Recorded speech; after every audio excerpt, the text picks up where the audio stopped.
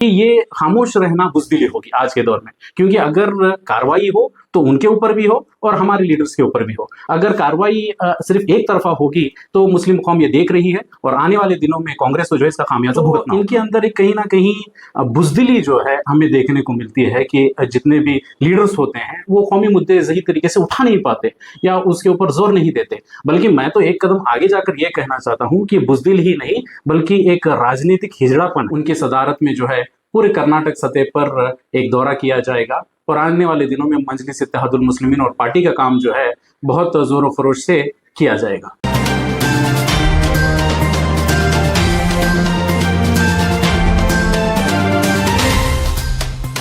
सबसे पहले आपका वेलकम शफकत अली बड़ियार साहब, डिस्ट्रिक्ट सेक्रेटरी AIMIM।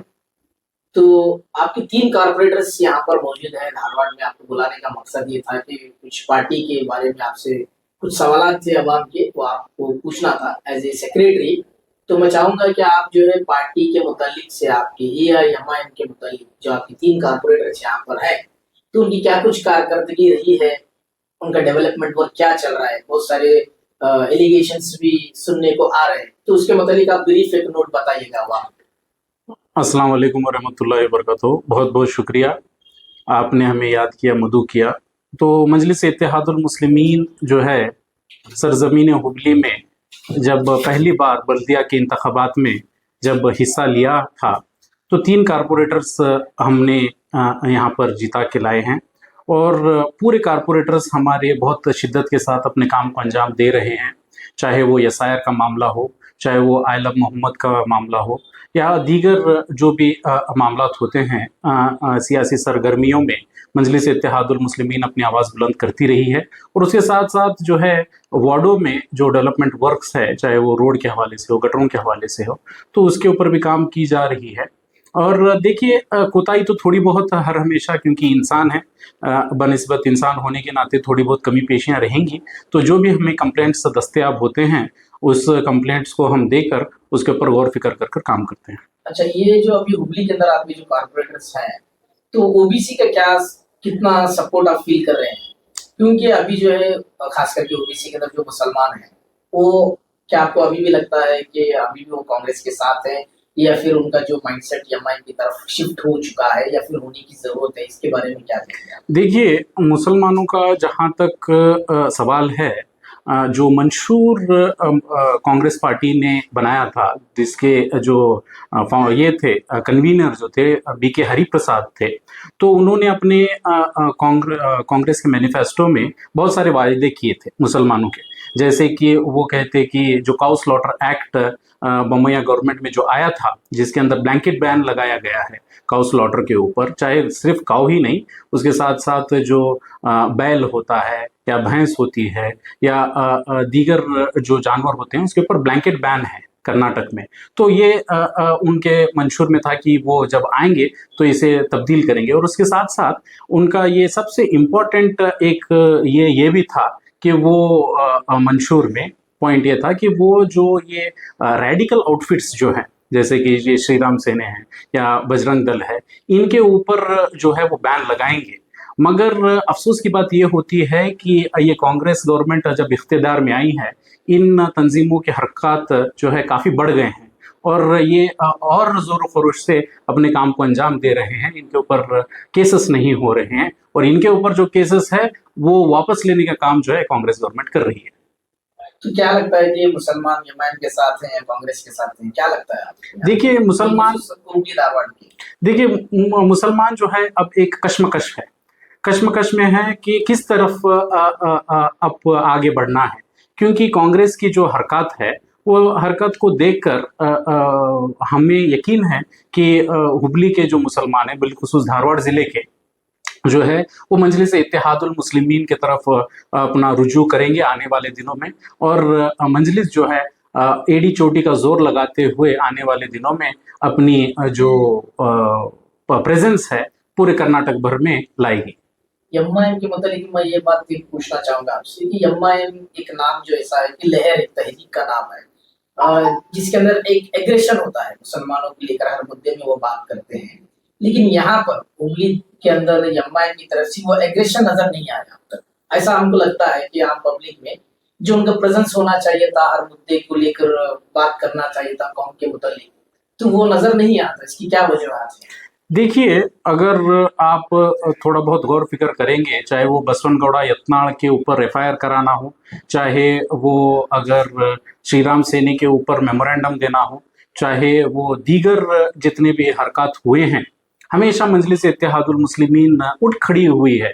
क्योंकि सिर्फ 3 कारपोरेटर हैं हमारे यहाँ पर, हमें उतना ज़्यादा पॉलिटिकल सपोर्ट यहाँ पर नहीं है, क्योंकि रूलिंग डिस्पेंसेशन जो है, जो मौजूदा सरकार है, वो हमेशा से हमारी खिलाफ रहती है।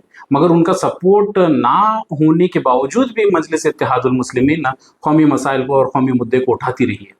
अभी क्या इम्पैक्ट हो सकता है एमआईएम के आने वाले इलेक्शंस में, या फिर अगर बल्दिया के इंतखाबात हो या फिर असेंबली इलेक्शन हो, तो क्या इम्पैक्ट नजर आने वाला है? क्या आपने ग्रो किया है over a period of time, या फिर आपको का सपोर्ट जो कम हुआ है, ज्यादा हुआ है, उसका थोड़ा एनालिटिक्स हमको दीजिए। देखिए, मजलिस इत्तेहादुल मुस्लिमीन हमेशा से कौमी मसाइल हो और पसमानदा जो भी तबकात है, उनके हवाले से आवाज़ उठाती रही है।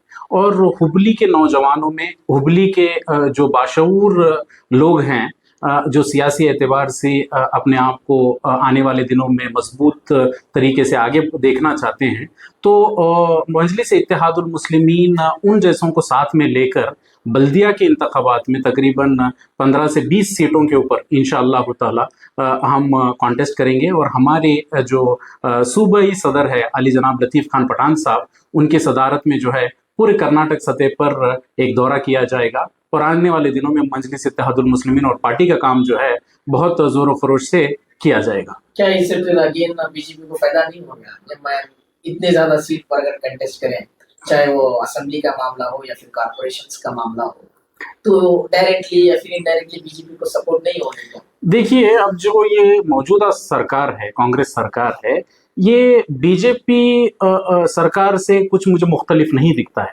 क्योंकि इनके जो मंशूर थे, इनके जो काम काज है, देखिए पुनीत केरीहल्ली जो है, जो एक मुलजमीन है जिसके ऊपर गुंडा एक्ट लगाया गया था, उसका गुंडा एक्ट जो है ये कांग्रेस गवर्नमेंट ने वापस लिया है। और उसके साथ साथ अभी हाल ही में जो इन्होंने कैबिनेट सब कमेटी कॉन्स्टिट्यूट करके जो आरोपी है, चाहे वो प्रमोद मुतालिक है, चाहे वो सीटी रवि है, चाहे तेजस्वी सूर्या है, इन तमाम लोगों के ऊपर जो केसेस हैं, वो केसेस वापस लेने का काम किया जा रहा है। और साथ ही साथ आप देख रहे होंगे कि लव जिहाद का मामला हो गया, हिजाब का मामला हो गया, या गौ तस्करी का मामला हो गया। कांग्रेस बीजेपी दोनों एक ही है। ये एक ही सिक्के के 2 पहलू हैं, मगर इसका जो शिकार है ये मुस्लिम कौम हो रही है। क्योंकि मुस्लिम कौम देखना होगा कि ये इनकी कथनी और करनी में कितना फर्क है। अच्छा, ये मुसलमान लीडरशिप कहाँ है इस ये सिनेरियो में?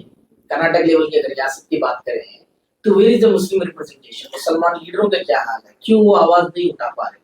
केवल कांग्रेस में भी कई लोग हैं जो आवाज उठा सकते हैं, लेकिन फिर भी उनकी जबानें बंद हैं। क्या वजह हो सकती है? देखिए, क्योंकि कांग्रेस जो है हमेशा से मुसलमानों को एक जहनी गुलाम बनाने के ऊपर जोर देती है, तो इनके अंदर एक कहीं ना कहीं बुजदिली जो है हमें देखने को मिलती है कि जितने भी लीडर्स होते हैं वो कौमी मुद्दे सही तरीके से उठा नहीं पाते या उसके ऊपर जोर नहीं देते। बल्कि मैं तो एक कदम आगे जाकर यह कहना चाहता हूं कि बुजदिल ही नहीं, बल्कि एक राजनीतिक हिजड़ापन है।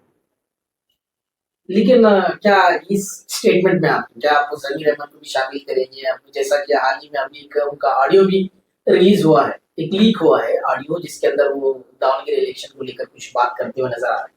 उसके मुतालिक आपका क्या नजरिया है? देखिए, क्योंकि जमीर अहमद खान साहब का ऑडियो जो लीक हुआ है उनके ऊपर एलिगेशंस लग रहे हैं।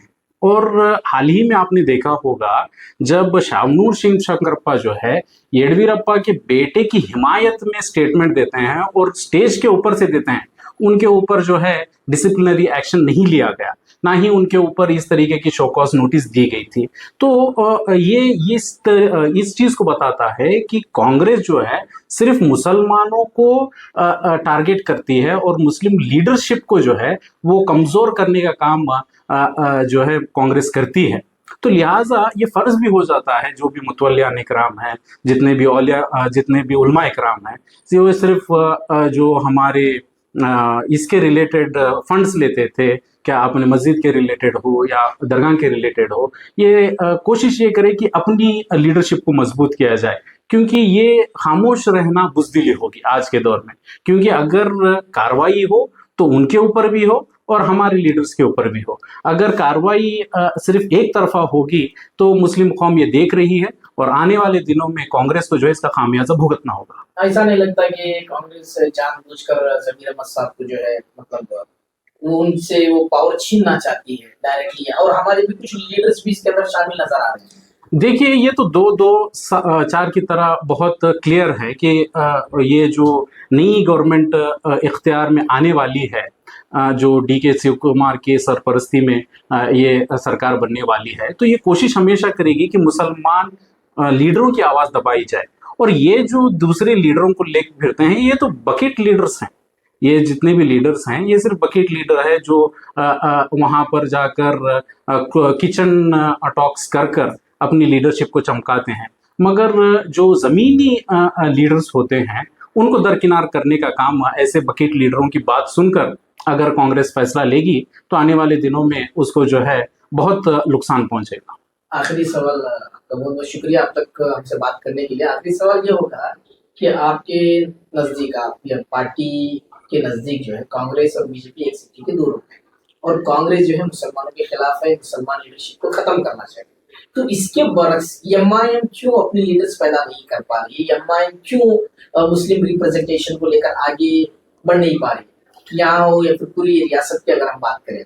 देखिए, अगर हिंदुस्तान के सतह पर अगर आप देखेंगे तो मजलिस इत्तेहादुल मुस्लिमीन महाराष्ट्र में काफ़ी अच्छा परफॉर्मेंस दी है और बिहार में भी काफ़ी अच्छा परफॉर्मेंस दी है। और सूबाई सतह पर जी, कर्नाटक में उतना मतलब यहाँ पे हुगली में है, लेकिन अगर आप बेंगलुरु की साइड जाएंगे तो वहाँ पर उसका प्रेजेंस उतना नजर नहीं आता। देखिए, क्योंकि यहाँ पर जो है हमेशा से लोगों को ये जैसे मैंने कहा कि एक जहनी गुलाम बना दिया गया है। तो मुस्लिम कौम बहुत ही क्या अपना वोट देने के लिए बहुत सोच समझ कर आगे कदम बढ़ाती है।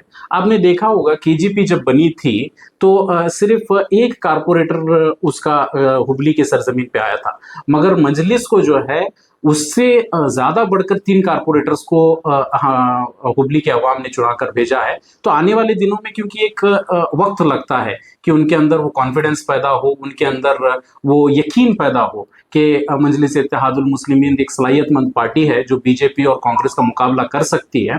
तो वो जैसे ही उनके अंदर ये कॉन्फिडेंस आएगा, ये सोच आएगी, तो पूरे कौम जो है एक तरफ होकर आने वाले दिनों में, चाहे वो पसमानदा तबका हो, बिलखुसूस SC/ST जो हमेशा से एक नज़रअंदाज की भी तबका है, वो पार्टी से जुड़ेंगे और आने वाले दिनों में मजलिस को बहुत आगे बढ़ाएंगे। अच्छा, आखिरी सवाल ये है कि हुगली में आपको नेक्स्ट इलेक्शन में कितने, बलिया के इंतखाबात में कितने उम्मीदवार खड़ा करने वाले हैं, कुछ अंदाजा? देखिए, गुज़िश्ता बार जो है तकरीबन 12 सीट शायद हमने ज़िले सतह पर दी थी।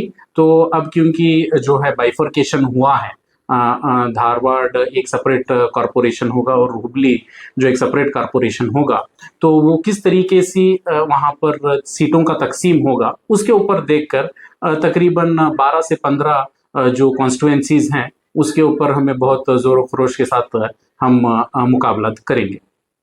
क्या जीतने के चांसेस? वल्लाहु आलम, देखते हैं। ठीक, शुक्रिया आपको।